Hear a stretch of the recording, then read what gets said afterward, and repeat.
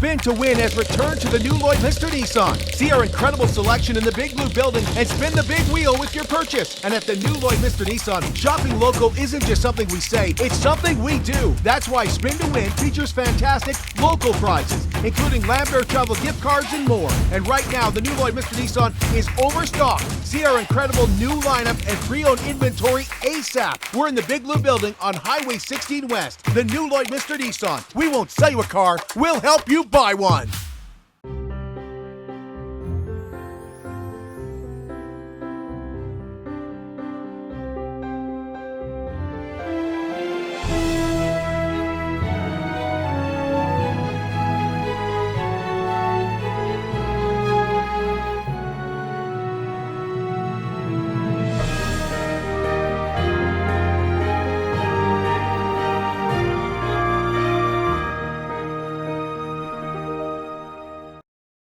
At Lloydminster and District Co-op, membership matters more, because being part of a co-op means you're connected to something bigger than yourself. From long-held legacy by those who built our communities, to people you call family, friends, and neighbors.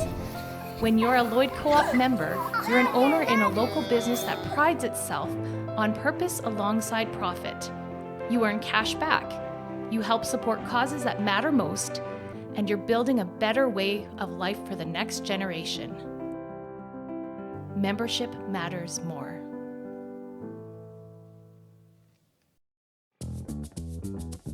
Local people. Local news and events.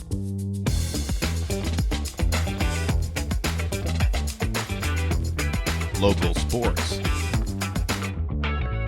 Local matters. For all things Lloydminster and area, this is Live with Kurt Price.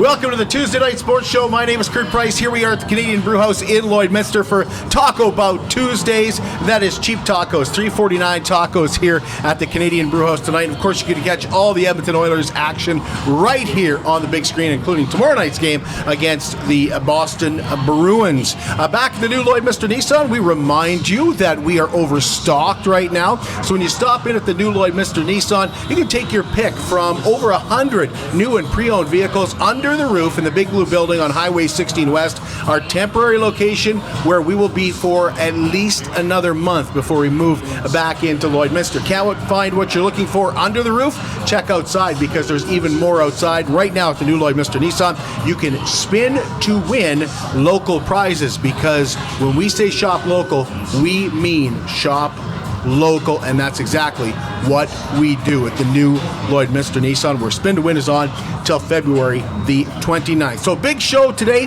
We're going to be talking minor soccer. Meridian Soccer is going to join us here in just a bit. We're going to talk the Lloydminster Bandits, who are up 3-0 on the Cold Lake Ice. We've got head coach Jason Ross here, and we've got captain Joel Webb and league MVP Joel Webb joining us as well. Paul Waldo is going to check in, 3-time Grey Cup champion. We're going to talk to him about CFL free agency, and we're going to start with football, and we're going to start with Lloydminster football.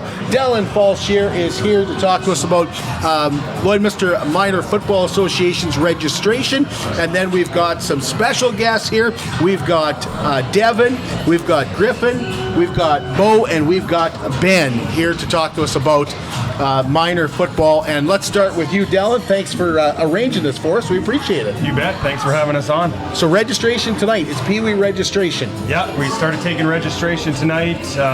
Everything's found online through Facebook, our Facebook page, or on our website at LloydMinorFootball.com. How long does football registration last? Like, how long will you take registration? We will take registrations right up into the fall. Like, we have a spring season we get going on May 13th, and then we practice every, I believe it's Monday, Wednesday, twice a week for 6 weeks, and then have like a little scrimmage on Father's Day. And in that spring training, we work mostly on development and just, safe contact and just getting kids used to the sport, and a lot of conditioning as well. So it's good to get them out early and get going on that for sure. How long is the season? So once they start, they usually start the first weekend in September, and we go right up into November, depending how far you go in playoffs, kind of thing. So what happens with registration? What do you need to do to register? When you go online, what do you need to fill out? Yeah, no, there's just some forms that you have to fill out. Pretty simple process, and then just get them back to us. And there's a fee. There's a $500 fee for the season, and we take registrations from it. You don't have to be a Lloydminster resident. You can, last year we had players from Lashburn, Paradise Valley, Kid Scotty, Marwayne, kind of thing. So, but yeah, no, there's not much to it. As far as the paperwork's involved, we got to get some birth certificates and things like that. And then other than that, once we have it, then we'll contact you and you're ready to go for the upcoming football season. How old are Pee-wees? Like what age is that? So this upcoming year, you have to be in the birth year 2012, 2013, and 2014. They're all eligible to play Pee-wee football this season. What about equipment? How's that? Equipment is all looked after. You just need to show up with a pair of cleats, and we have shoulder pads, helmets, pants, everything ready to go. And we even supply mouth guards. So, is there travel involved with minor football? Yeah, once the season starts, we play in a league with Wainwright, Bonnyville, and Cold Lake, and we bus to all the games, so the kids get on the bus. It's always a little eerie the first time, the mom and dad send them away, but no, they're in good hands, and they have a lot of fun on the bus and get a meal afterwards, and it's kids have a blast, so it's good. So let's start with you, Devin. I want to get you right up close to that microphone there. What position do you play? I play on kickoff, and I play long snapper. Oh, okay. How long you been playing? 3 years, I'm pretty sure now. Okay. Or 2. What got you into football? What do you like about it? Tackling people. Oh, you do. Well, long snapper, I guess you gotta sprint, eh? Yeah. How'd you do last year? How was your season? Pretty good. Yeah. You love the sport? You made a lot of new friends in it? Yeah. Is that something that, Dylan, that stands out to me whenever we talk about football, and the late Rod Kirby used to say that all the time. There's a place for anybody playing football.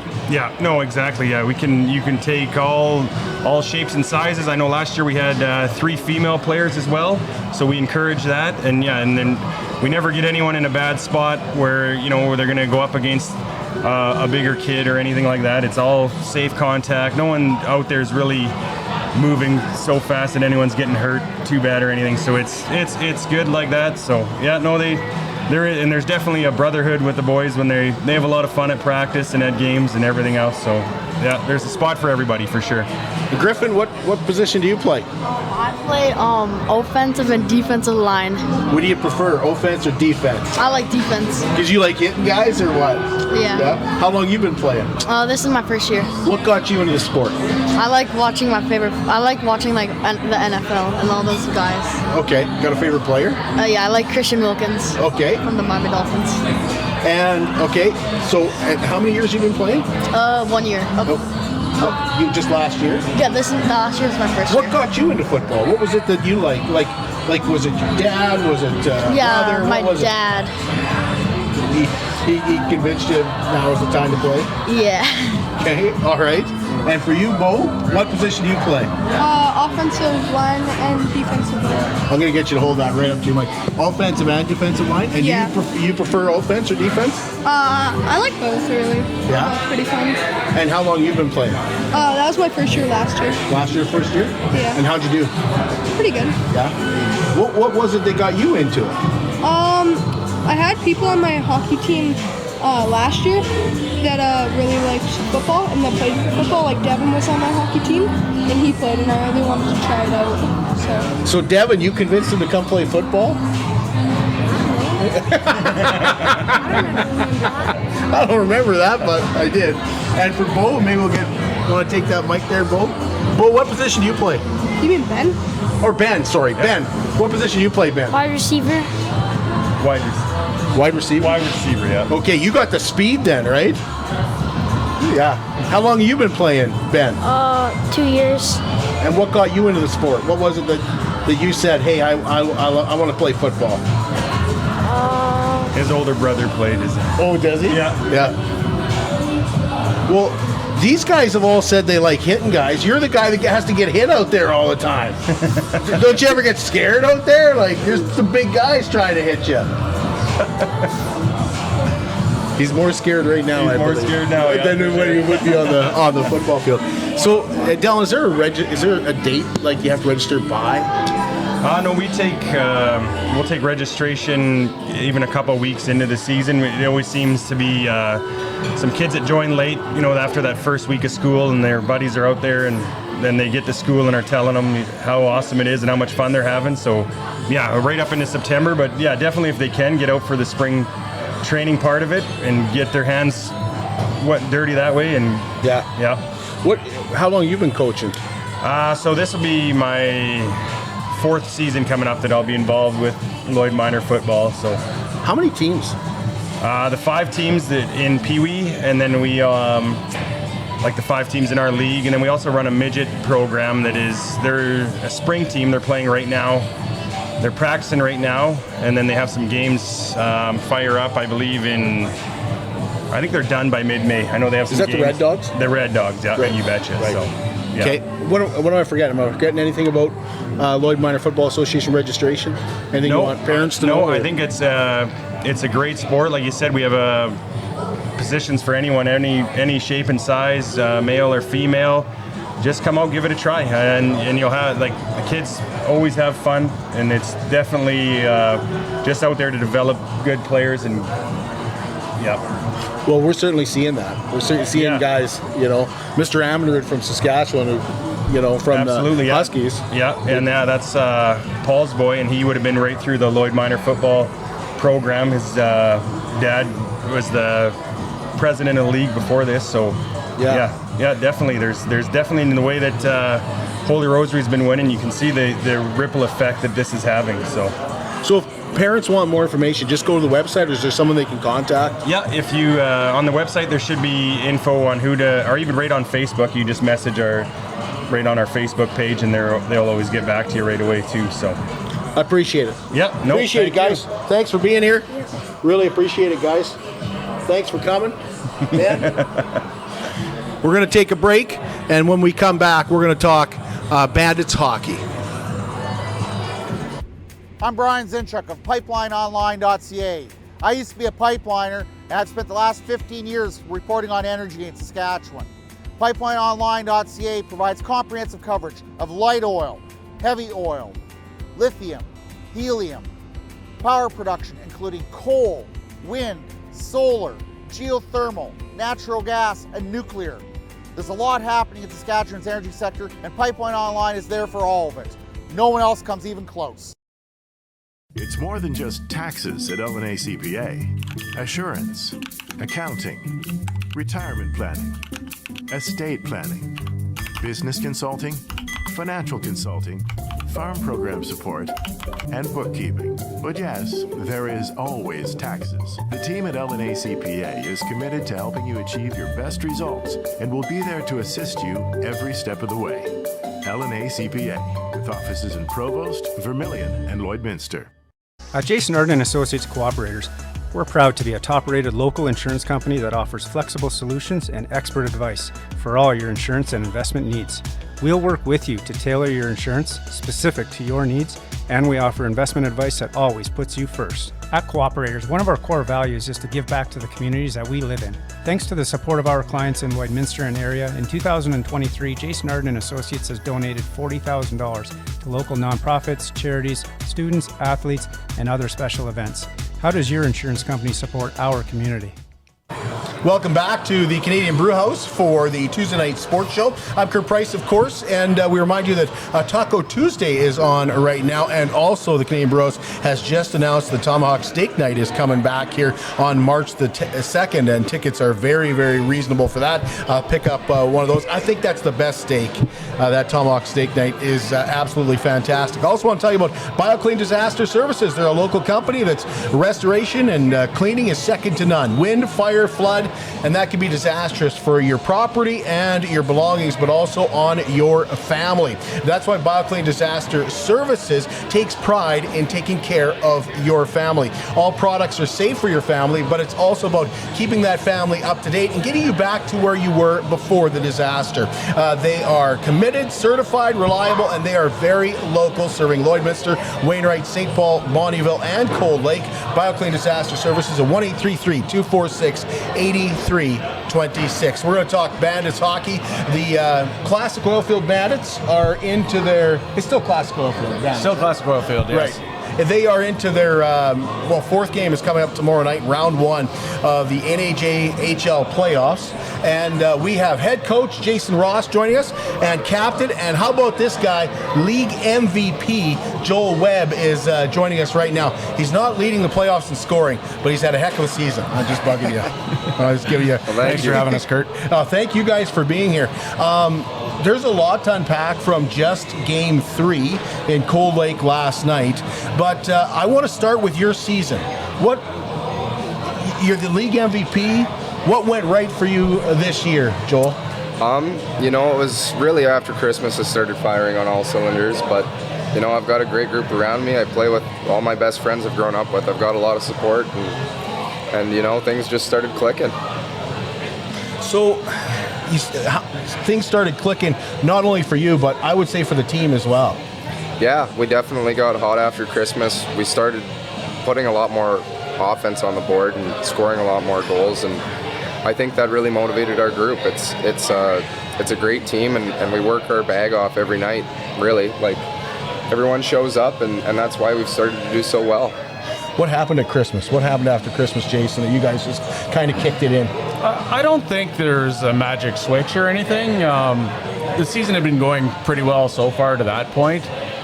It just came down to, we said it was time to prepare for playoffs. Regular seasons are good, but we started playing playoff hockey when we come back from Christmas break. Well, it has shown in the first 3 games here that you guys were ready to play playoff hockey. I think it's safe to say one of the biggest things in this series so far has been special teams. It's been absolutely huge. You guys killed off 2 penalties late yesterday, but even here in the first 2 games, as I say that, Cold Lake had 2 power play goals, but when it counted, you guys were there because they had 2 late power plays in the 3rd period last night. So the penalty killing stood up when it had to. For sure. They got 2 on us early in the game, and we made a couple adjustments in between periods, and the guys went out and put in the effort, and we got the big kills when we needed them, for sure. Game 1, you win 3-1. Take us through that one. Game 1, it was a tough game. Like, Cold Lake brings it all. They're a good physical team that doesn't quit. They take a lot of shots. A lot of shots, yeah. Actually, Game 3 was lower in shot total than we'd seen all series, but it just come down to getting timely goals at the right time, and we had a heck of a performance by our goaltender Shea Stewart that game too. He really won the game for us in the end, I do believe. And then Game 2 is 7-4, and it's a little bit closer than that, actually. Yeah, it's 7-4 a game, but we got out to an early 3-0 lead and kind of let our foot off the gas a little bit, kind of thinking we're on cruise control, I think. And Cold Lake battled back to 3-2 by the end of the first, and from there it was a battle right till the final buzzer. And then yesterday's game, you guys give up a couple power play goals in the first period. They go into the second period down 2-1, and you have to kill the penalty right at the start of the second period, and then rattle off 3 goals. What are you saying in between periods? You're down 2-1. Well, at this point in the year, there's no magic remedy or anything. It's just get the boys refocused and give them a little bit of direction, and from there we just put in the effort. Right, comes down to them putting in the effort on the ice each and every shift, and that's what they do when they're called upon. You guys are right where you want to be tomorrow night, Cold Lake, game number 4. But Joel, you guys 3 goals in the second period to take a 4-2 lead, and then you come out, you get a couple power plays, you kill a couple penalties, and then it gets a little western. did you guys see that coming from Cold Lake? Because they were still in that game. Well, they played us pretty physical the whole series. Well, I thought it was physical both ways, but yeah, they played us very physical all series, and that was really a big game for them. To lose on home ice is something you don't want to do in playoffs. You're looking to steal from the other team in their barn, and when that late in the game you're down 2 goals and they weren't getting too much offensive time, the frustration sets in, and you know, tempers flare and stuff happens, and you know, we managed to take out some of their best players in that, and our role players did a great job of really aggravating them, and I think that's been a lot of success in this series as well for us. We've got a lot of depth down the lineup, and they're doing wonders for us, really. I think that's a big part of why we're winning. Tell us about Joel as a leader and a captain. Oh, Joel's been a great leader for us this year and even last year when he wasn't one of our leaders, but was a leader that, we have partially groomed, thinking him and a couple other guys would definitely be our leaders this year. So we helped put him in a leadership role last year with our 21-year-olds, and he leads by example on the ice for sure. Puts in an effort all the time. He's open and welcome, talking to each and every guy that ever comes to our dressing room, whether it's an affiliate player or another veteran on the team. So it truly shows. He also got together a few extra away from the rink things for the guys so that their bond grew a little larger away from the rink. And there's 25 friends in that dressing room, which is good to see. Why'd you do that, Joel? Why did you think this needs to be done? When was that? What specific part? Well, he said you grew, like you got a few guys, extra guys together to say, hey, we got to come together as a team. Yeah, you know, it's just it's the intensity factor, and when guys are working all day, they're coming to the rink after a long hard day. A lot of them want to have fun, and it's harder to get that intensity level up. And when you can buy in as a group and get everybody on the same page in terms of winning, it brings that effort level up, really. And when you're winning, you've got more and more guys buying in, because it's a good feeling, and really you don't want it to stop. This guy could be a coach. For sure. Who do you emulate your game after? Who would you say?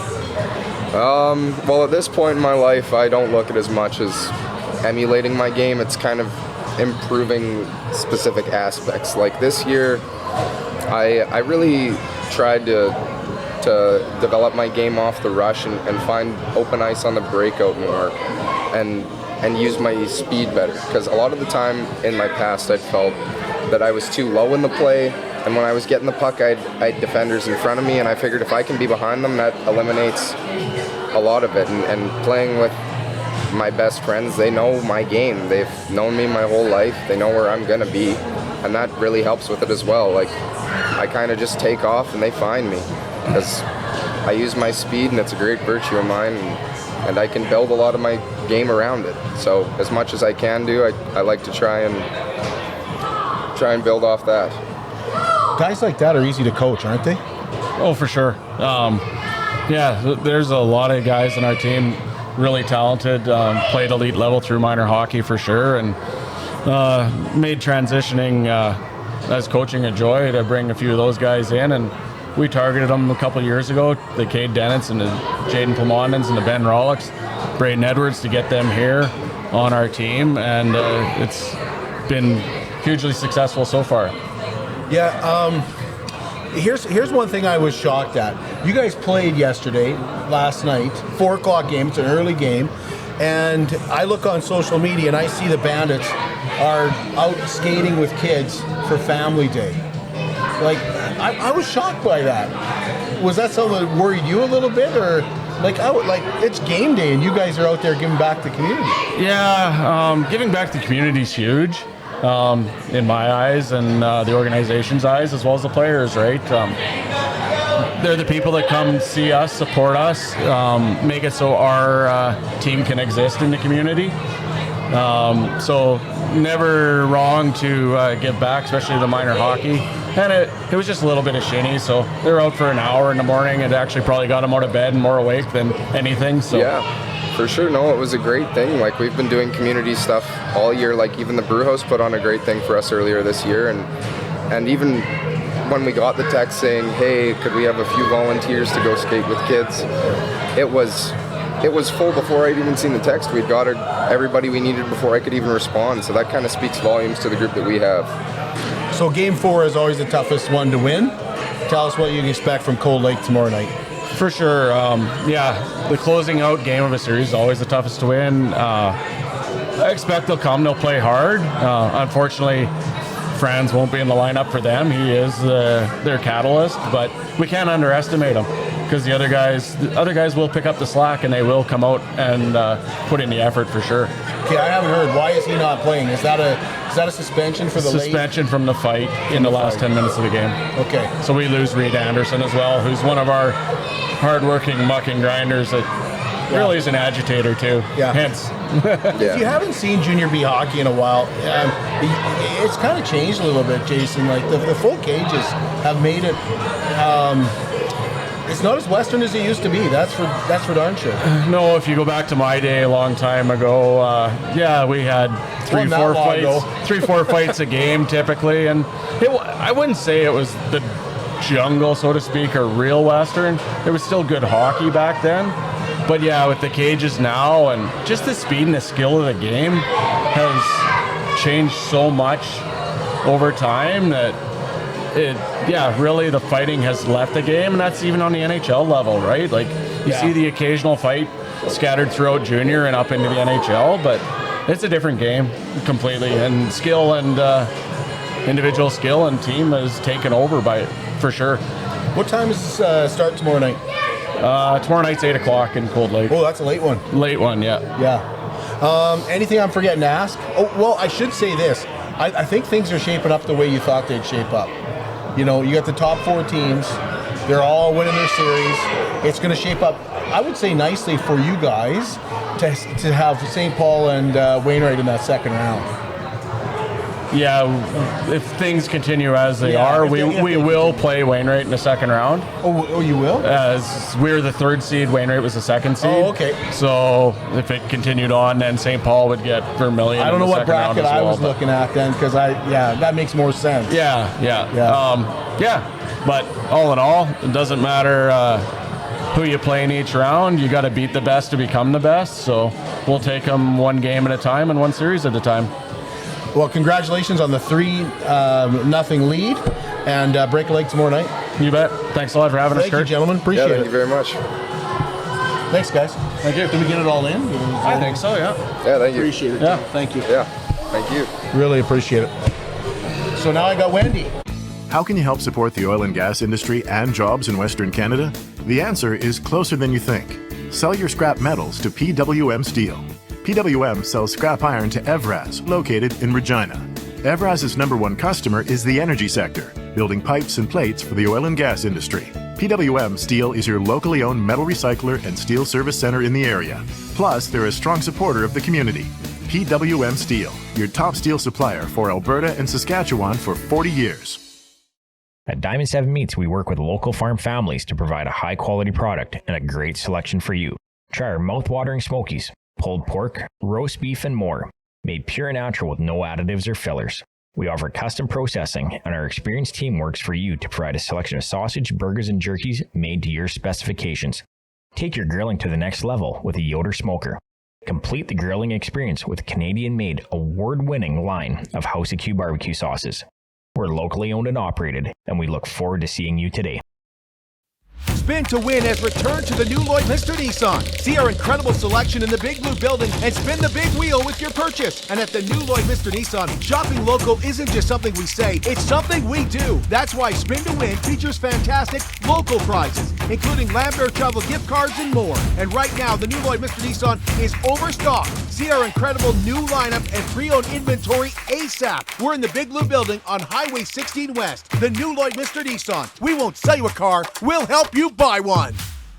Welcome back to the Canadian Brewhouse for Taco Bout Tuesday here at the Canadian Brewhouse. $3.49 tacos. There's also drink specials. And, of course, tomorrow night, the Bruins and the Oilers. And it will be on the big screen and all the screens here at the Canadian Brewhouse. You can listen to the game as well. And, yeah, Tomahawk Steak Night is just around the corner as well. I also want to tell you about Wellings of Lloydminster. Very new to Lloydminster. Not only is it a new location in Lloydminster at a new place, but it's a new way of living for those 55 and older. It's a community where you remain independent. You're cooking your own food. You have your own garage. You can have a pet if you like, but you don't have to worry about cutting grass, shoveling snow, taxes, repairs on the house, and a place where you can get to know your neighbors. They have gorgeous villas, and they are located right over by the new Petro-Canada and 7-Eleven. And the best thing to do would be to call Darlene, and she can take you through one of those gorgeous villas with the high ceiling, the nice heated flooring.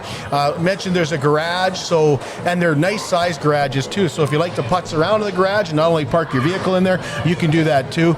Darlene will take your call, and she'll be delighted to show you around. She's a wonderful lady. 780-872-8537. Well, we have Wendy Wagner joining us now from Meridian Soccer. And Wendy, thanks for being here. Thank you very much for having me today. We're very excited to be able to shout out to our community that our soccer registration is open. So yeah, thank you very much for keeping us here and keeping it local. Happy to do that.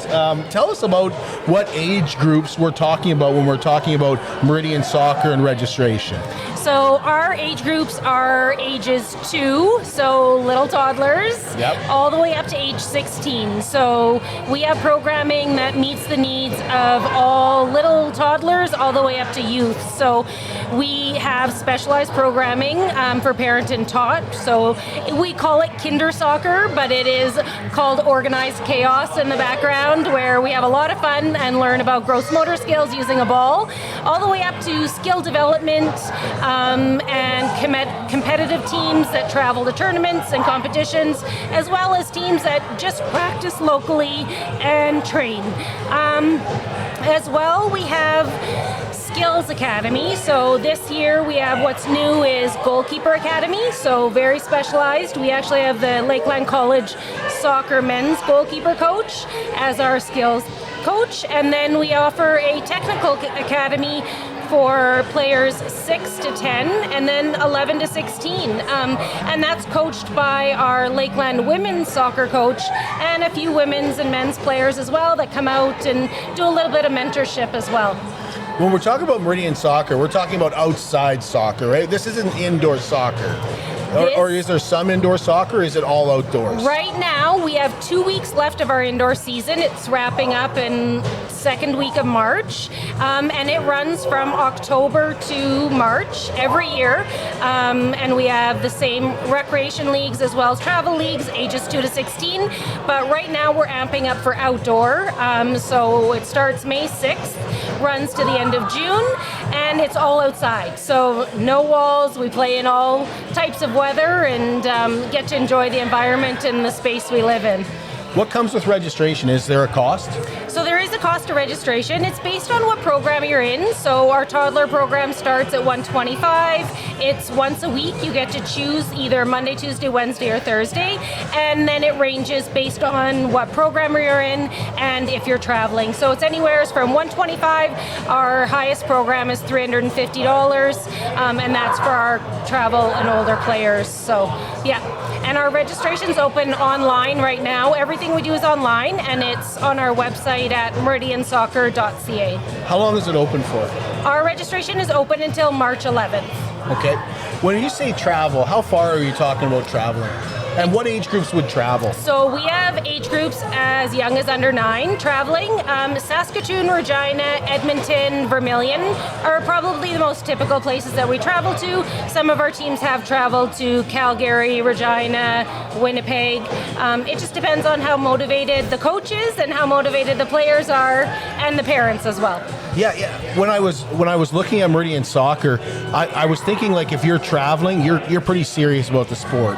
That's what came across to me. Would you say, yeah, the people who are traveling are the more serious people? I would would say they're more serious. Our younger ones, it's more of an experience. So it's usually like a community-based competition, so everybody's there's no tiers or divisions in it. Everybody plays, and then everybody gets a medal. It's participation.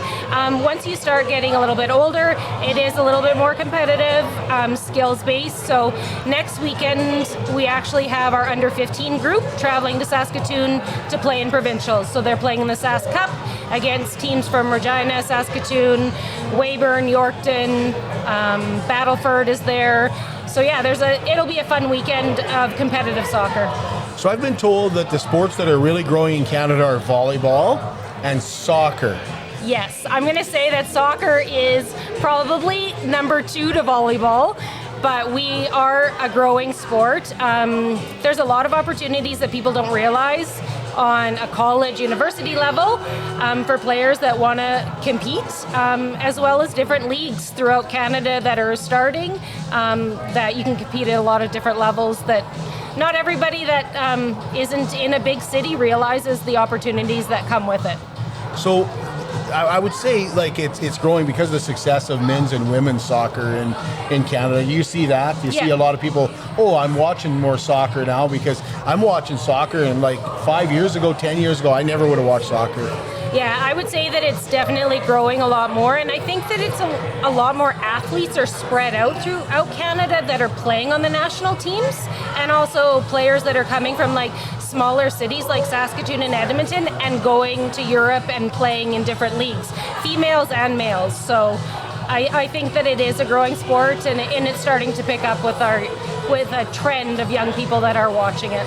So when we say it's growing in Canada, do you see it growing in Lloydminster too? Do you have more players year after year?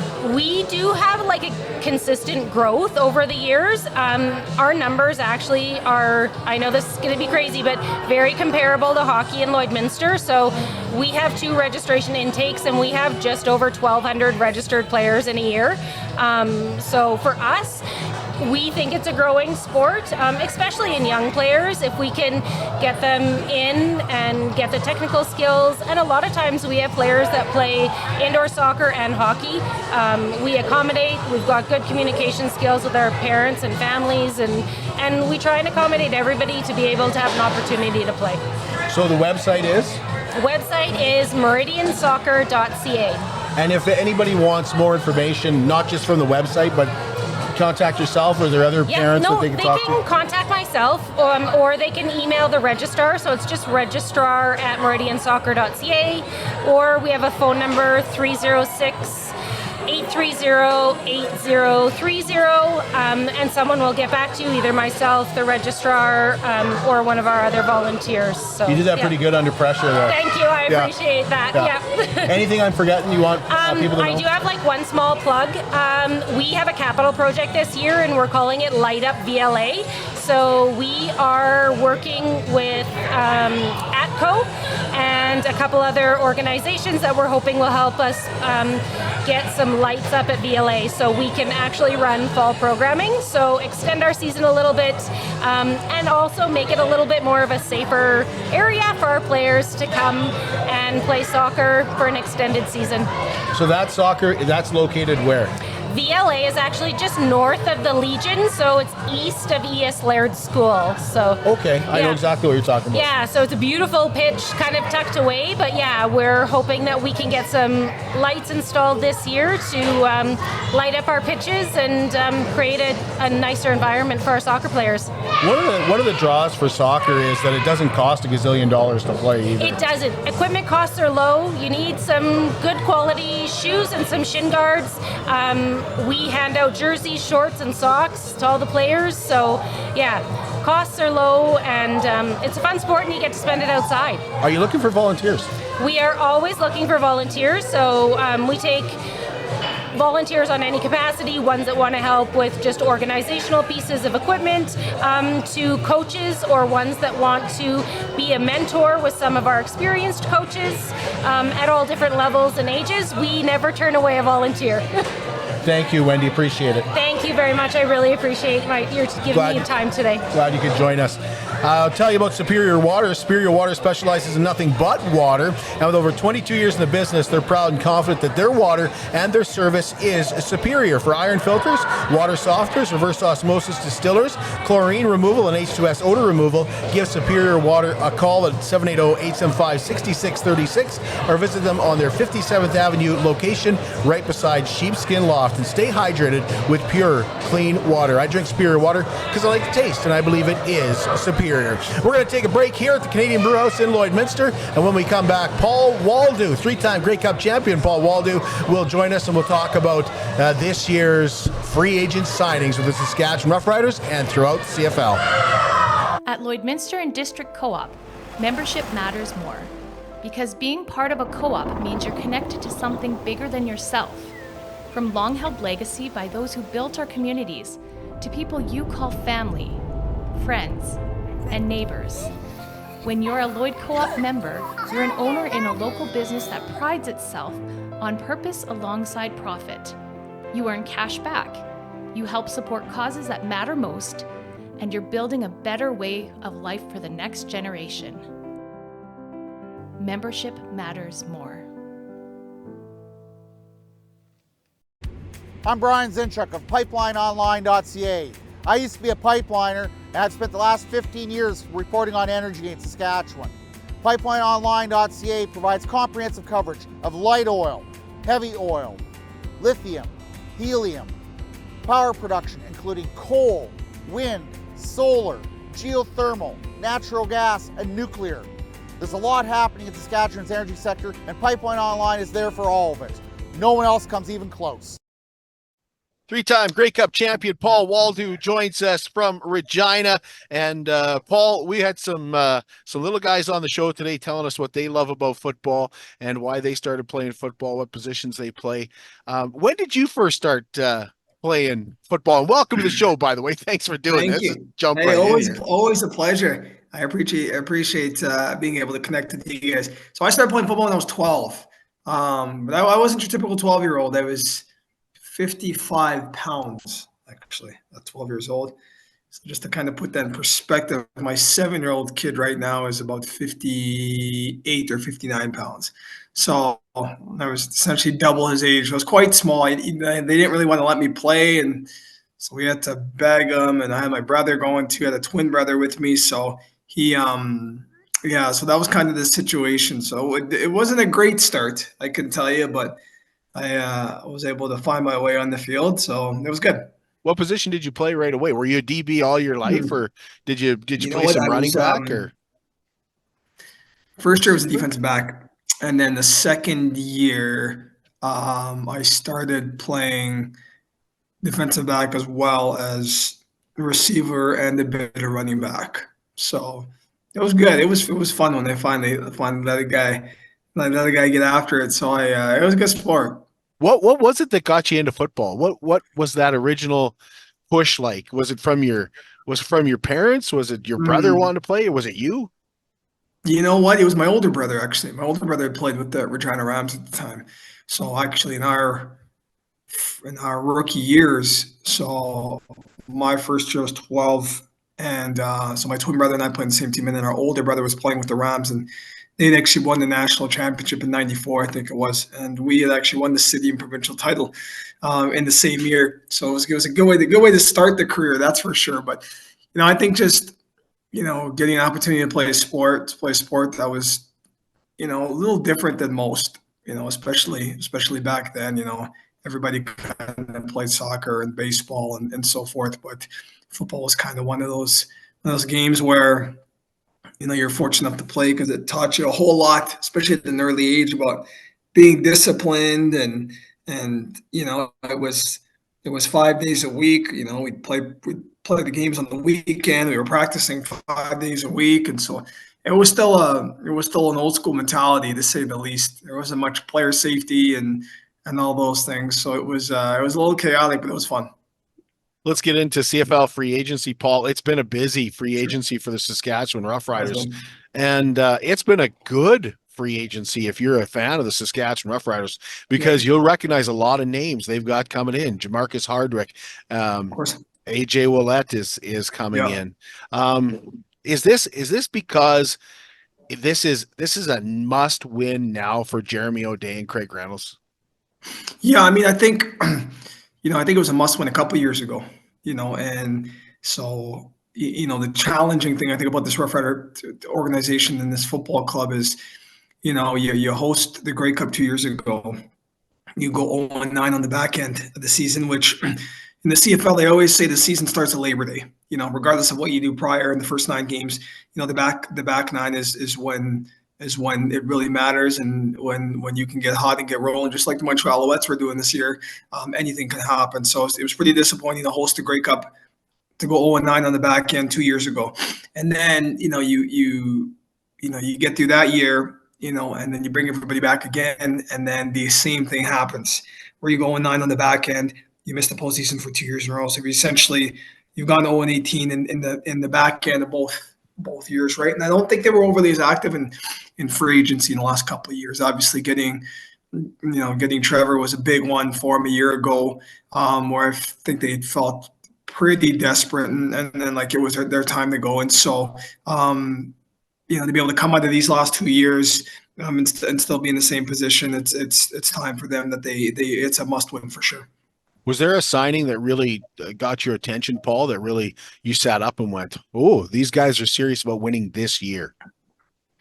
I think, Jamarcus is a big one. Former teammate of mine, and he was still really young when I had a chance to play with him, but had gone over, to Winnipeg and had essentially helped build that dynasty, that offensive line, which is arguably some of the best to ever play. So, to go out there to be aggressive, to get a guy like him to be able to pull him away from a club like Winnipeg, where they've been so consistently good and solid for years, especially that offensive line where you look at back-to-back MOPs and guys like Andrew Harris and both Brady Oliveira that had been there, shows that they're really starting to heat up, and they've done, I think, what they've needed to do this early to get the momentum going, I think, and that's a big one. The Thurman's a big one too. I mean, in Calgary, led the league in tackles, I think, a couple of years ago, goes over to Hamilton last year, and obviously with not signing Larry and so forth. So I guess, there's a void to fill, but I think they got a pretty good one in him, and obviously AJ Oled, who's been a very, very strong player and does so much. He blocks well, he runs the ball well, and catches the ball in the backfield. So you just look at a few of those pieces right there, and you tell yourself, things are looking on the up for sure. We're hearing that players want to come to Saskatchewan because they want to play for Corey Mace. Mm-hmm. How much of a difference do you think the Corey Mace factor makes? Was there a time in your career where you wanted to go somewhere because of a certain coach?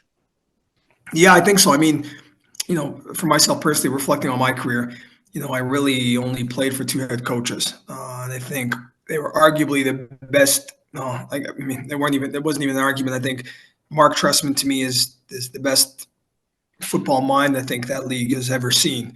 Offensively, I mean, he's brought in that West Coast style offense. I mean, he goes back to the George Seifert, and the Steve Young and the Montanas and the Rich Gannon era, right, of West Coast style offense. The quick game, the RPO stuff. And so to me, I mean, he's an innovator, he's a pioneer. So I look at him and being able to be under his leadership. And then, conversely coming over on a guy like Corey Chamberlain, who was only 32 years old as a head coach, but a young, brilliant, bright mind who comes from that Mike Tomlin era, that coach with them's got a really good relationship. So I looked at those 2 coaching styles, although very different, were really similar in a lot of ways. And so, when you're around coaches like that, and probably more so for a guy like Corey, who's super energetic, who's young, who's been a player, in Corey Mace, who's done it before. He's very well respected in the league, and he's moved up quite quickly in the ranks. So it's no secret as to why players are going to want to come play here. When you were playing for Mark Trestman, you're a defensive guy, and he's kind of an offensive mind. How's he connect with Paul Waldo? I just think him being able to tie in the importance and the significance of everybody, being a part of it. I mean, everybody from the training staff to the coaches to the practice squad players to, to your starting quarterback and your Hall of Famer and the best ever playing Anthony Calvillo. And that's the one thing he did really good. The other thing Mark did that was phenomenal is after every game, we'd bring us into our team meetings, and then he would talk about the significance of interconnected football. And so he would go through, pick probably about a dozen plays on each side of the ball, offense, defense, and special teams, and we would watch those all as a group. And he would sit there and he would explain everything, with examples and details, because he was so detail oriented. He would tell everybody, he'd say, okay, on this touchdown, you'd say, Ben Cahoon, can you explain why you ran the route, why you ran the route the way you ran the route? And Benny would say, well, he's like, I had to make that cut at, 12 and a half yards. And you would say, okay, well, why not 13? And, Benny would say, well, if I go too deep, I'd end up, getting the eyes of the middle linebacker. So then that would jeopardize the actual player that's supposed to be getting the ball. So they would say, well, why not 12 yards? And you would say, well, if I did it, then I wouldn't, get the eyes of the safety. So I got to run it at that depth. So as a defensive player, you were then, you're pretty amazed and understood that it wasn't just them, playing, backyard football, that everything was so detail oriented and assignment oriented. And that then trickled down to obviously the guys on defense. So, when you knew things were that serious on the other side of the ball, it just, once again, it allowed everybody to really understand what we were doing collectively as a team. So I think that was the biggest attribute that he had. So it was cool. And I think that's why we were so successful. Yeah, good luck covering Ben Cahoon, eh? Wow. Yeah, no doubt. Yeah. Okay. How optimistic should Rider fans be about the offensive signings? And then, there's been some defensive signings as well. But is this a team that now on paper can compete for a championship, Paul? Or is this, hey, let's take the next step first. Let's not get ahead of ourselves. Let's just concentrate on playoffs. Yeah, I mean, I think it's tough, especially with the year like the last year, because, Trevor didn't really play a whole lot. I think, what did he get hurt in week 5, week 6, something like that. So it's still relatively early. So we didn't get a good feel of what that team could have potentially looked like with Trevor at the helm. So you go into it this year, and you say they're adding the pieces. You hope Trevor stays healthy, and you think they should have a legitimate shot to go deep in the playoffs. Arguably, I think the tough part is, not being pessimistic, but you look at the rest of the league. Number one, you play in the Western Division. Always going to be tough. I know, going back to playing in the East, we would clinch the division in week 12, week 13. And so for us over there, it was like trying to stay focused for the next 7 or 8 games. And Montreal had a was a decent example of being able to just get hot at the right time. Being an average team going into midway through the season and then end up getting hot. But when you're in the West, Edmonton looks like they're really shoring up pieces. Chris Jones is not usually a guy to have too many losing seasons, picking up Bethel Thompson, and they've done some Willie Giddens. They've gotten, they've arguably the best Canadian receiver in the league. So they've done some serious things as well. So I think when you look at the league collectively, Winnipeg's going to always be strong. I think they've just built it that way. And then you have, obviously, with a team like Edmonton getting better, BC will be BC. They still got Brendan Adams at the helm, and, they still losing pieces, but they're picking guys up. So the rest of the league does get stronger, so it's like, it's really hard as a fan to say, well, we're going to be better than last year, but so is everybody else, theoretically on paper. So it'll be interesting. Even Winnipeg, because they've lost a lot of guys. Like, yeah. I know you never want to count those guys out, but could this finally be the year they take a step back, Paul? I think they could take a step back, but I think take a step back doesn't mean that they're not going to make the postseason. They still got 3 of the 5 offensive linemen, that are over there. Guys like Patty Newfield, who's been a staple for that offensive line. Brady Oliveira signs back again, and he's still young. The reigning MOP. You have arguably, when I look at that MOP conversation, to me it's like 1 and 1A or 1A and 1B in both Brady and of course Zach Collaros, who's been doing it better than anybody. They signed Chris Streveler now, who he's a problem. Chris Streveler is a tough player to play against. So you got a 1-2 combo there. And then, defensively, I think they lose Jeff Coate, but Willie Jefferson's still there. Overall, I think their secondary is still going to be decent. They always have been, but I think it starts with everybody up front. So I still think they're going to be good. They're going to be competitive. Yeah, it's going to be interesting to see how it all plays out. But teams like that, generally, when you've built it the way you've built it up, the rebuild, I guess, phrase really usually isn't in the question, more so as it is to basically reload. So, do I think they take a step back? I do, but I still think they're quite competitive. Yeah. It's been fun to watch. Like it's, there's been a lot of years where the Riders do nothing in free agency, and now it's been fun to watch. Is there a signing either with the Riders or throughout the league, Paul, that has kind of flown under the radar for you? Free agency is so wild, especially nowadays, because you have a list of 200 players that are free agents, so it's kind of hard to keep track. I'll be honest with you. When I look around, I think just looking at the teams. I think Montreal has done a pretty good job of maintaining the majority of their players. Obviously, they lose Stanback over to BC, which I thought was kind of a weird dynamic, to be honest with you. I thought that was strange. I know he's getting older and he's been pretty banged up for the most part.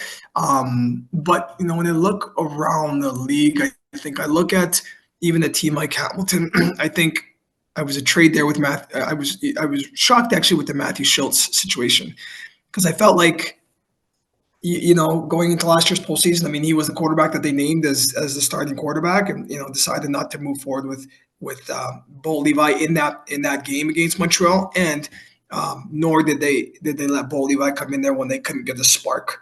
So I found it kind of quite shocking that they would let him go into free agencies. I thought maybe he would be their franchise, their young guy, and then I guess they've opted to go with Bo, and so that kind of shocked me actually. That kind of surprised me that they went down that road.